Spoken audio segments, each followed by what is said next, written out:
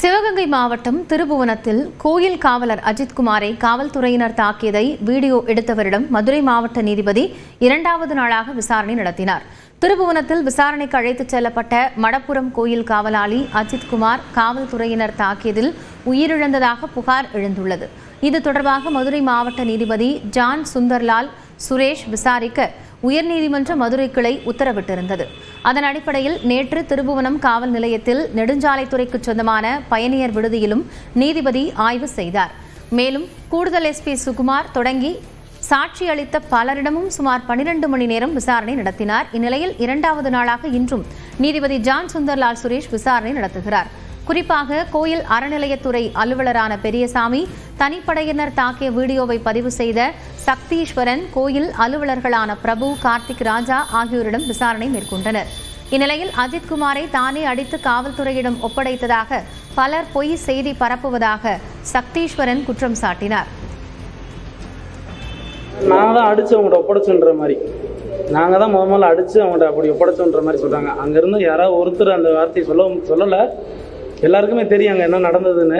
அந்த மாதிரி நினச்சிதான் நான் அந்த வீடியோ நான் எடுக்கணும்னு எனக்கு தேவையே கிடையாது. அது எல்லாத்தையும் வேணால் கேட்டுக்கிட்டேன். அது அவங்களோட தனிப்பட்ட விருப்பம். ஆனால் அது விசாரணையில் தெரிஞ்சிடும், யார் என்னன்னு தெரிஞ்சிடும். அது கண்டிப்பாக உறுதியாக இருக்கும். அதில் தொடர்ந்து பேசிய சக்தீஸ்வரன் தரப்பு வழக்கறிஞர் இந்த வழக்கில் சாட்சியம் அளிப்பவர்களுக்கு உரிய பாதுகாப்பு வழங்க வேண்டும் என்று கோரிக்கை விடுத்தார். மிக மிக முக்கியமான விஷயம், ஐயா லார்ட்ஷிப் எஸ்எம்ஜே அவர்கள் ஆர்டர்லேயே சொல்லியிருக்காங்க, state shall ensure the protection of the eye witnesses சொல்லியிருக்காங்க. இதுக்கு மேலே என்ன உத்தரவுங்க வேணும்? கொடுத்த 1ஆம் தேதி 3 மணிக்கு ஐயா கொடுத்தாங்க. இது வரைக்கும் எந்த ப்ரொடெக்ஷன் கொடுத்துருக்காங்கன்னு உங்களுக்கு பத்திரிகையாளருக்கே தெரியும். சரி, இது சம்பந்தமாக பெட்டிஷன் கொடுத்துருக்குறோம். இன்ன வரைக்கும் என்ன நடவடிக்கை யாருக்கும் தெரியும். ஆயுதம் ஏந்திய போலீஸ் மானாமதுரை அல்லது சிவகங்கை மாவட்ட காவல்துறை அல்லாத காவல்துறை மேல நம்பிக்கை இருக்குது. மதுரை மாவட்ட அல்லது வேறு மாவட்டத்தை சேர்ந்த காவல்துறை அதிகாரிகள் இங்கே நேரடியாக மடப்புறம் முழுக்க ரோந்து போகணும்னு கேட்டுக்கிறோம். இந்நிலையில் மடப்புரம் கோயில் உதவி ஆணையர் அலுவலகத்தில் ஓட்டுநராக பணியாற்றும் கார்த்திக் வேலிடம் மாவட்ட நீதிபதி விசாரணை நடத்தினார். பின்னர் செய்தியாளர்களை சந்தித்த கார்த்திக் வேல் அன்றைய தினம் என்ன நடந்தது என்பது குறித்து விவரித்தார். மேலும் தனக்கும் பாதுகாப்பு வழங்க வேண்டும் என்று கோரிக்கை விடுத்தார். டியூட்டி முடிச்சுட்டு நான் உள்ளே வர்றதுக்காக வந்தபோது சைடில் ஃபுல்லாக கூட்டமாக இருந்துச்சு. என்ன சவுண்டாக கேட்டுச்சு, என்னடா அப்படின்னு சொல்லிட்டு கிட்டக்க போய் பார்க்கையில் அஜித் மகிழையில் இருந்திருந்தார். அப்புறம் தூக்கி ஆட்டோவில் ஏற்றி விட்டோம். ஏற்றி விடல தனிப்படை காவலர்கள் அவங்க ஆட்டோவில் கூட்டிகிட்டு போனாங்க. கூட்டு போன ஒரு 1/2 மணி நேரத்துலேயே இறந்துட்டான்ற ஒரு தகவல், ஃபோன் வாயிலாக தகவல்ன்ற ஒரு இல்லை சரியாக தெரியல, மயங்க நிலையில் தான் இருந்தார் சார். பாதுகாப்பு சக்தீஸ்வரன் அண்ணன் கேட்டிருந்தாங்க. அது எங்களுக்கும் கொடுத்தா கொஞ்சம் நல்லாயிருக்கும். காவலர்களுக்கு எதிர்ப்பாக சொல்லல கொஞ்சம் ஒரு மாதிரி இருக்குது, தயக்கமாக தான் இருக்குது. சிவகங்கை மாவட்டம் திருபுவனத்தில் 10 சவரன் தங்க நகைகளை திருடிக் கொண்டதாக கோயில் காவலாளி அஜித் மீது புகார் அளித்த நிகிதா, அரசு வேலை வாங்கித் தருவதாக பலரிடமும் பணம் பெற்று ஏமாற்றிய மோசடி பெண் என்ற தகவல் வெளியாகி அதிர்ச்சியை ஏற்படுத்தியுள்ளது. போலீஸ் விசாரணையில் அஜித் அடித்து கொல்லப்பட்ட நிலையில் அஜித் மீது மோசடி பெண் நிகிதா அளித்த புகாரின் உண்மை நிலை என்ன பார்க்கலாம். கோவிலுக்கு தாயுடன் சாமி கும்பிடச் சென்ற இடத்தில் 10 சவரன் தங்க நகைகளை திருடிக் கொண்டதாக கோவில் காவலாளி அஜித் மீது புகார் அளித்த நிகிதாவின் புகாரால் அவரை கொடூரமாக விசாரித்து அடித்தே கொன்ற திருப்புவனம் காவல் நிலைய போலீசார்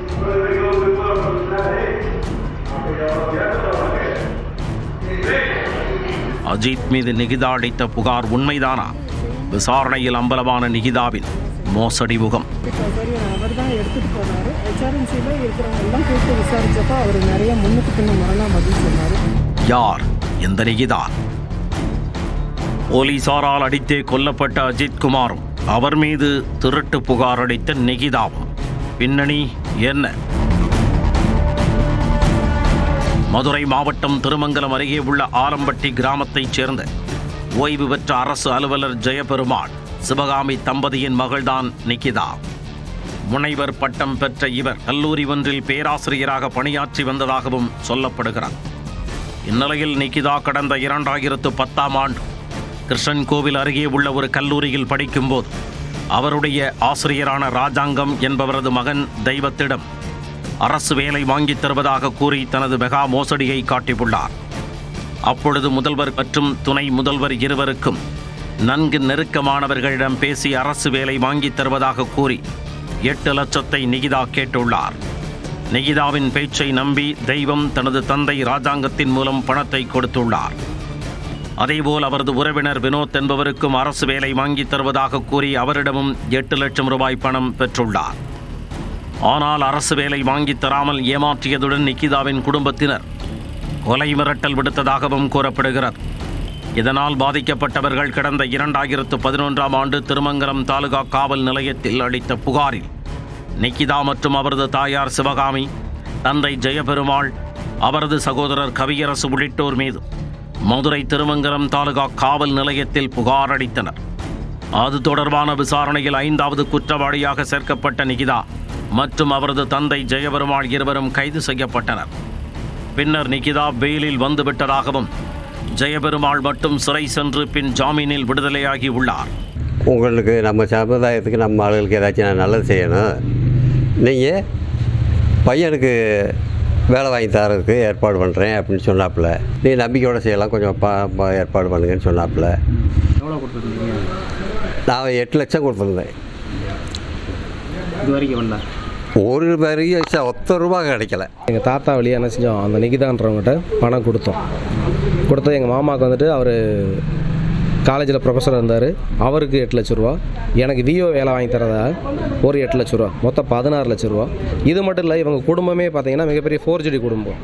சென்னைக்காரங்க ஒரு 50 லட்ச ரூபா கொடுத்துருக்குறாங்க.